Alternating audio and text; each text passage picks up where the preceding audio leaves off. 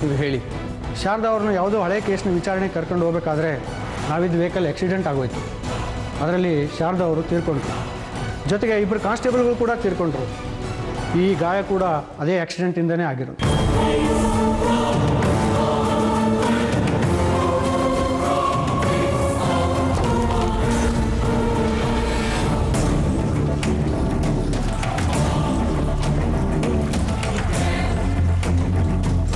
ಈಗ ಆಗಬಾರ್ದಾಗಿತ್ತು, ಆಗಿದೆ.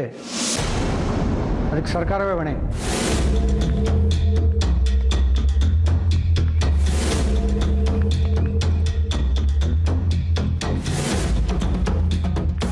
ಸರ್, ನಿಮಗೆ ಎಷ್ಟೊಂದು ಅನ್ಯಾಯ ಆಗಿದೆ ಅಂತ ಗೊತ್ತಾಗ್ತಾ ಇದೆ. ಆದರೆ ಆ ಅನ್ಯಾಯನ ಸರಿಪಡಿಸೋಕ್ಕಾಗಲ್ಲ ನೋಡಿ.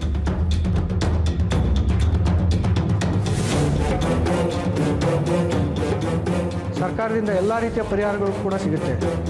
ಸರ್ಕಾರದವರು ನಮ್ಮ ಮೇಲೆ ತನಿಖೆ ಕೂಡ ಮಾಡ್ತಾ ಇದ್ದಾರೆ. ಒಳ್ಳೆಯದಾಯಿತು ಸರ್. ವಿಷಯ ಹೀಗಾಗಿದೆ ಅನ್ನೋದು ಗೊತ್ತಿಲ್ಲದೆ ದೊಡ್ಡ ಸಮಸ್ಯೆ ಆಗಿತ್ತು.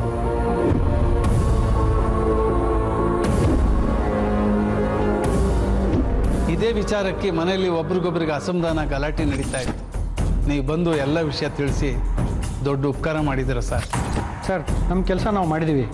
ಆದರೆ ಆಗಬಾರ್ದನ್ನೇ ಆಗೋಗಿದೆ. ಆ ನೋವು ಈಗಲೂ ನಮಗಿದೆ.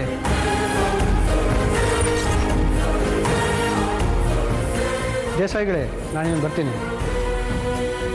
ನಿಮ್ಮನ್ನು ನೋಡಿದಾಗಾಯ್ತು, ಎಲ್ಲರ ಹತ್ರ ಕ್ಷಮೆ ಕೇಳ್ದಂಗೂ ಆಯಿತು ನೋಡಿ.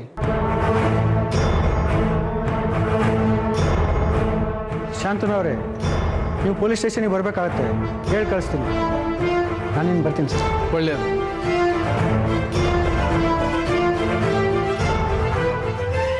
ಶಾಂತನು, ಸಮಾಧಾನ.